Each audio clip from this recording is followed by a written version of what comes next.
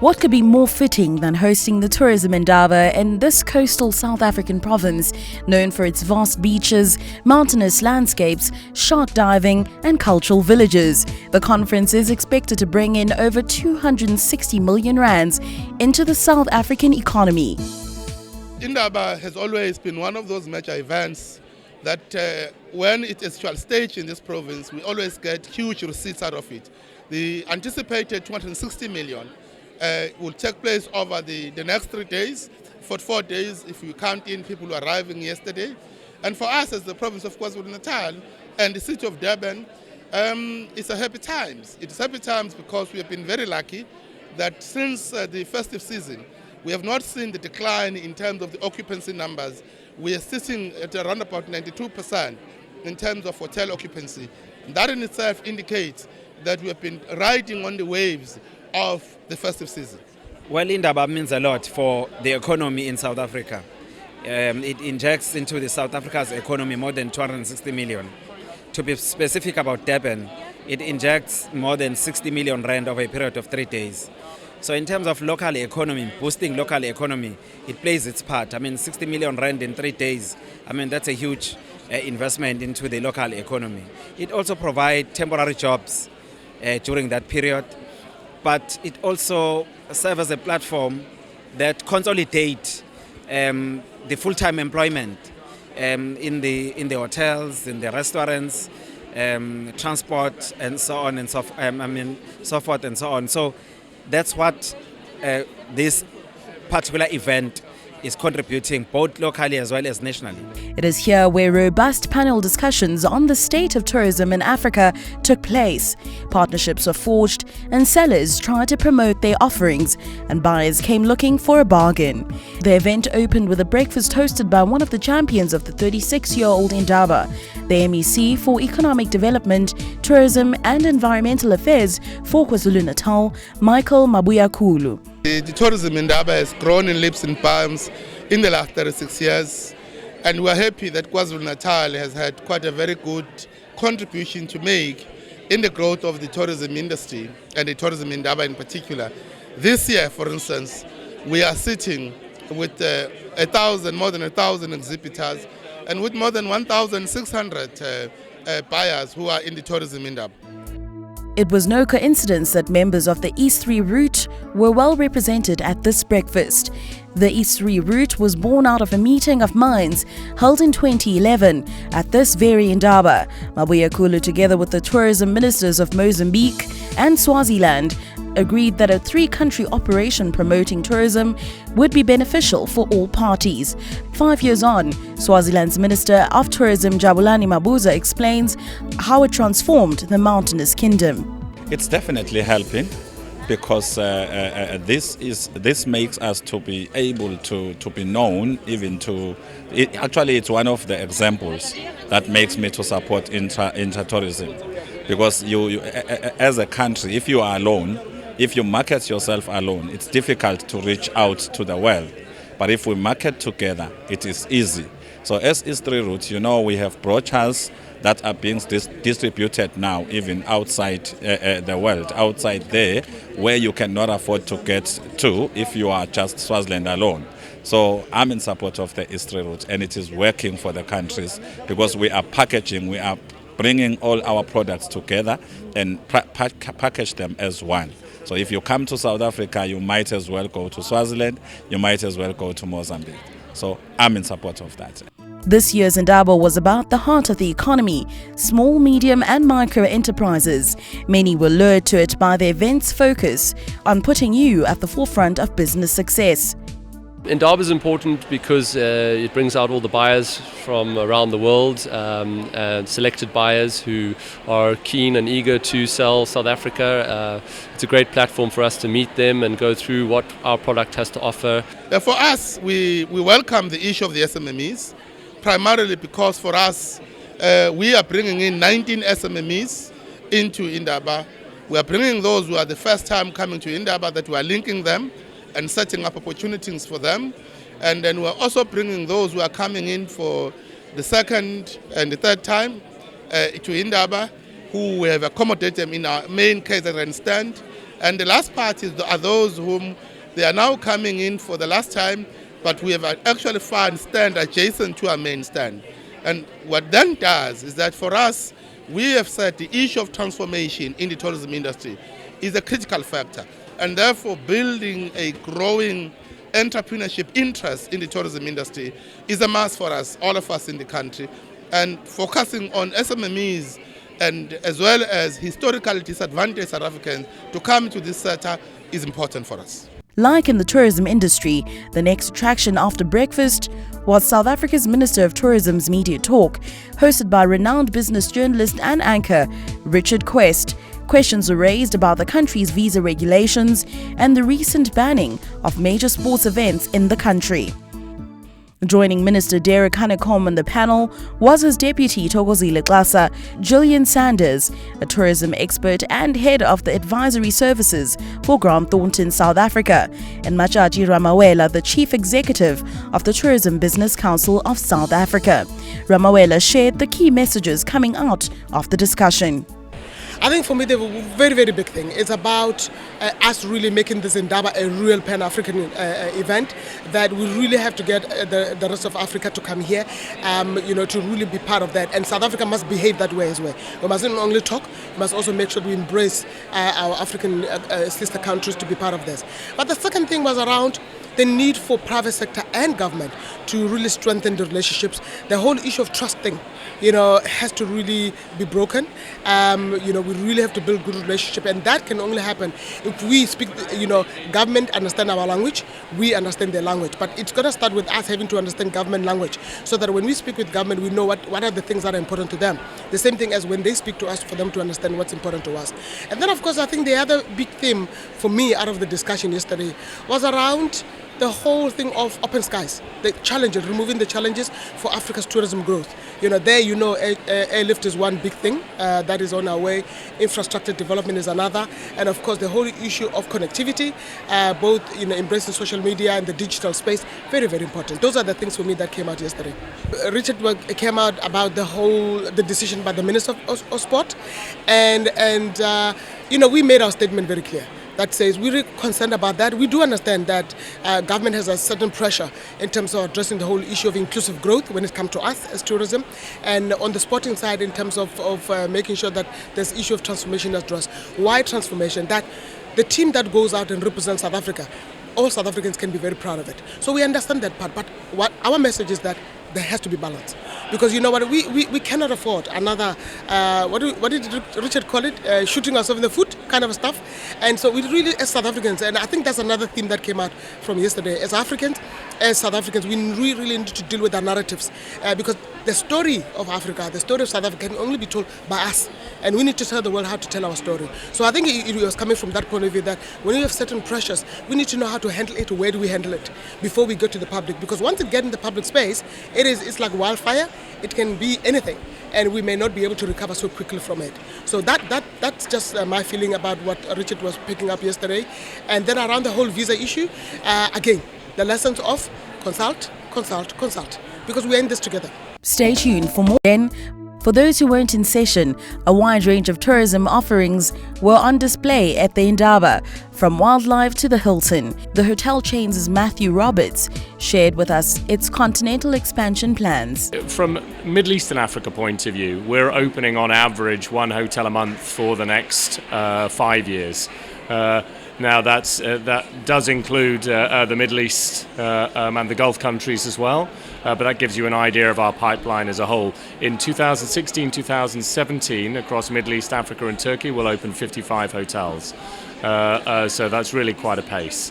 We're seeing a strong concentration of openings at the moment in the Gulf countries, but we're seeing that development pipeline shift to Africa in the coming years. There's so much opportunity. I mean, from a brand company like Hilton Worldwide, there's plenty of places where we are not. And we can see, great growth in terms of visitor numbers into a number of African destinations, and a development of tourism infrastructure in Africa. South Africa is a great example of that this year. Domestically, the rand devaluation creates certain problems, but from an inbound point of view, there's never been a better time to come to South Africa. And with the lower oil price as well for air tickets, the value of your spend when you're in SA and the cost of your travel have never been better from an inbound point of view. So we see a great deal of opportunity across Africa. Roberts also discussed the impact South Africa's fluctuating rand had on its business. I think there's two ways to look at that. From a domestic point of view, it creates challenges because South African households see their costs increasing or see the value of whatever they're able to buy decreasing. And clearly they then make decisions around discretionary spend, which is where travel tends to fall, around that. So it's impacting demand from a domestic point of view. But South African Tourism are doing some great initiatives like the Shot Left campaign to try and drive domestic tourism. So, we're happy to work with South African Tourism on that.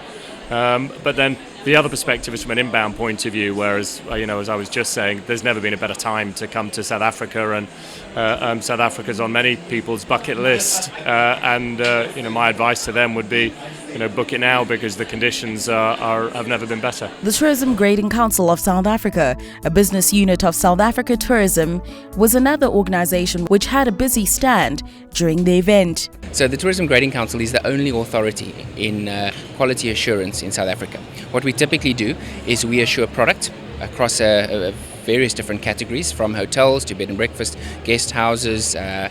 It goes all the way through to game reserves, country houses, backpackers, all those kind of things. And the reason we do it is so that when South Africa or South African Tourism markets South Africa as a destination internationally, we have a set quality, a product portfolio here that we're confident that meets the requirements and expectations of inbound but also domestic travellers. The Tourism Grading Council of South Africa had heads turning with its futuristic stand, which gives viewers a virtual tour of some of the business it represents. We're very excited about the exhibit you see behind us. It's a virtual reality booth, and what we've done this year is, because we have so many international buyers here who aren't necessarily able to travel out into the country and see all of this graded product and the quality of product South Africa has on offer.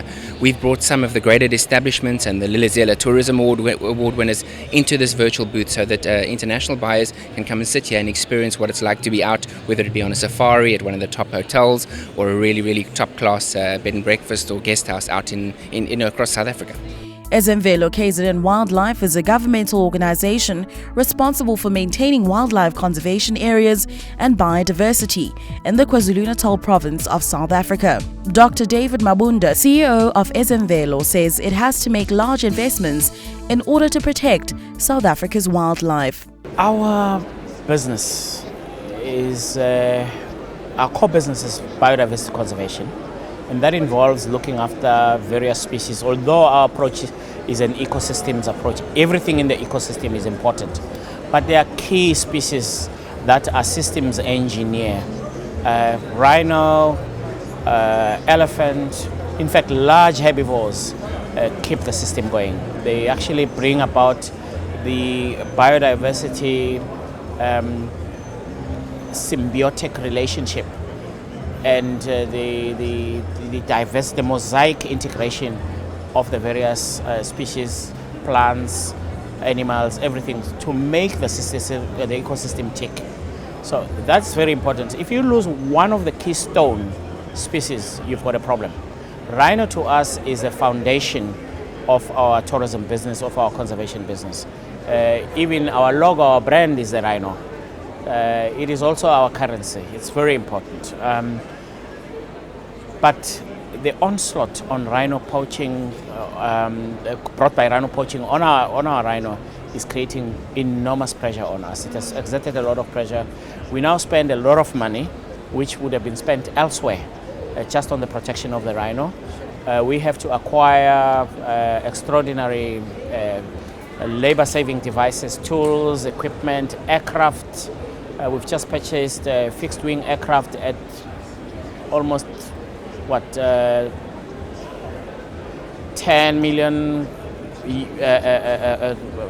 rand, and we're looking at acquiring a helicopter permanently that can assist us in fighting the scourge of rhino poaching. So all of these additional pressures are exerting enormous constraints on our available resources. So it's important that we then find new revenue streams to supplement, to augment what we have, but to still continue doing what we're doing sustainably.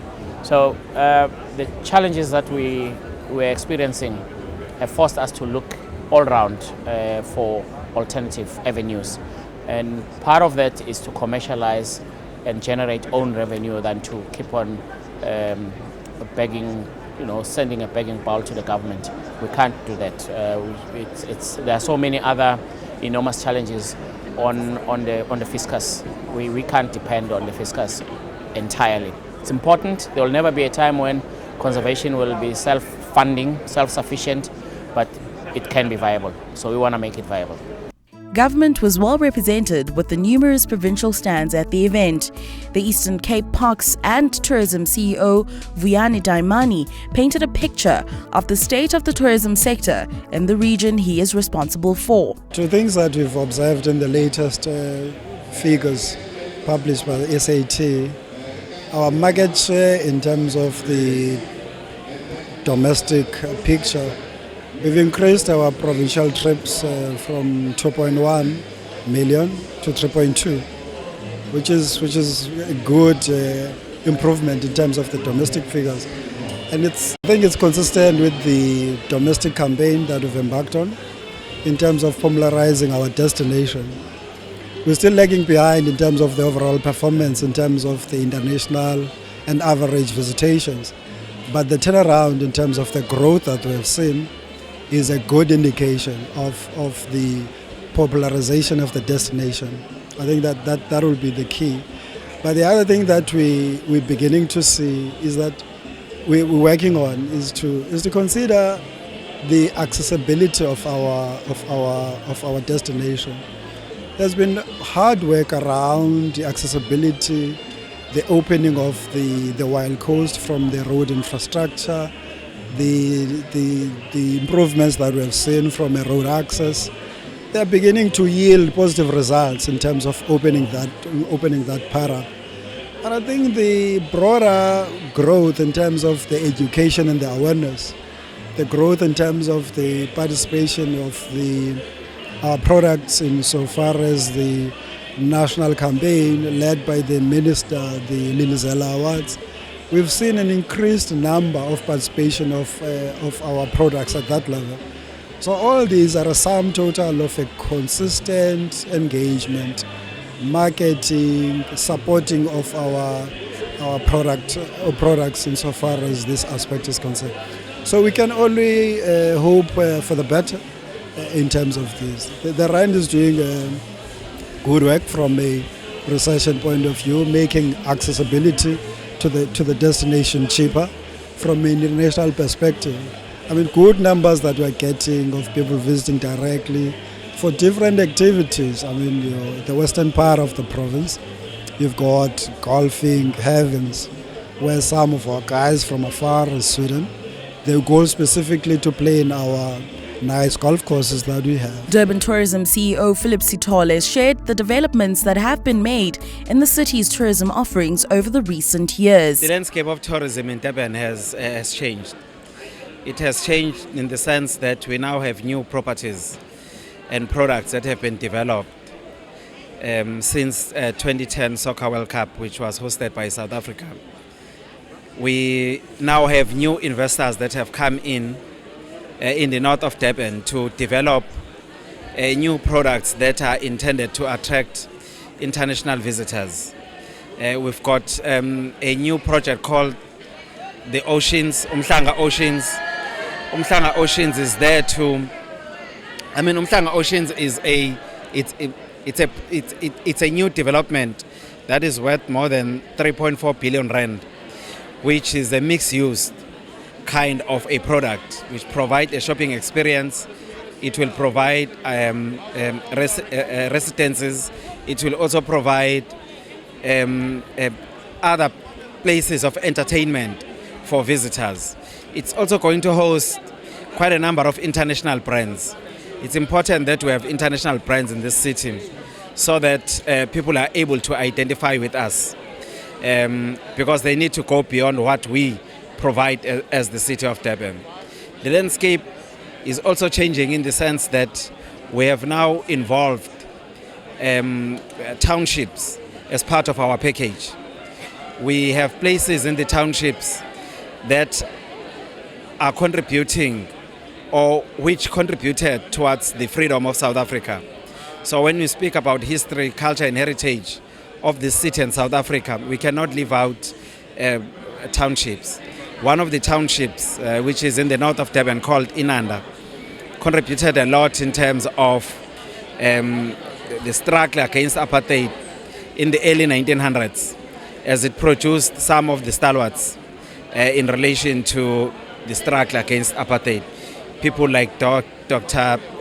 John Langalbalele Dube, Kingsley Kaseme, and many others. And even Nelson Mandela, when he voted in 1994, that's the area that he chose, so that he can further consolidate the memories of where we were coming from in as far as New South Africa is concerned. The landscape of tourism in the city is also changing with regard to entertainment, because most of the entertainment was taking place in the inner city. But we now have new products in the outskirts of the city, including townships. So as we have business conferences and exhibitions, we continue to promote those areas as areas that people must visit. So we have seen some of our visitors, even during now, as we're hosting Indaba, having to leave for their side events. They've decided to leave and go to the townships and do those side events in the townships. Township tourism is increasing rapidly in the province of KwaZulu-Natal. Umlazi Township Tourism is a business which helps businesses in the townships market themselves.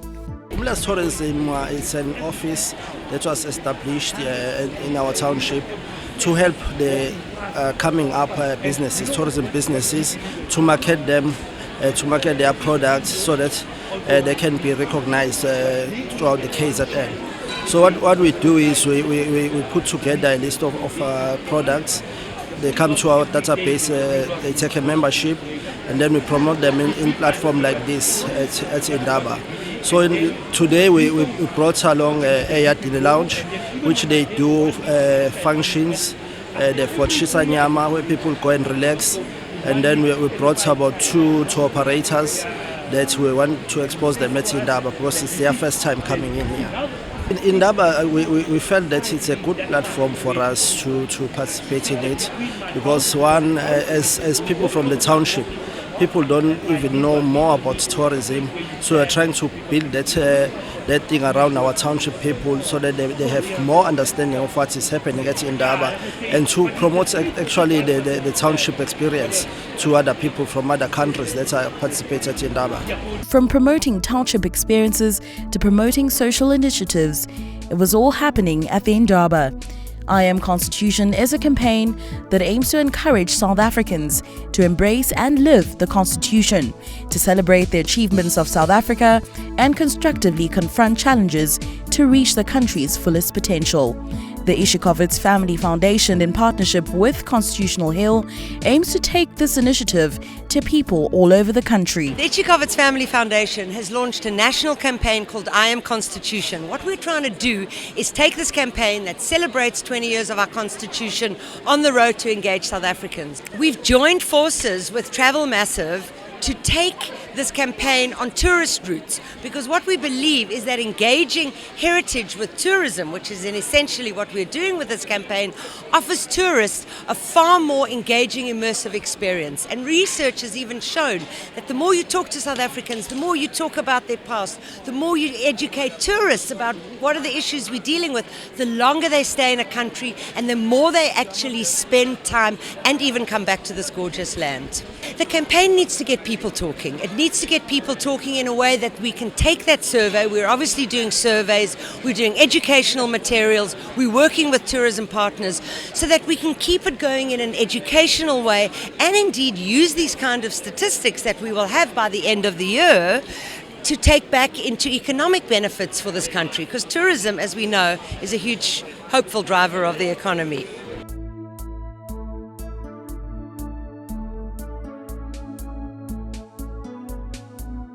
Dates for next year's event have yet to be confirmed, but if this year's Indaba is anything to go by, it'll be hard to top.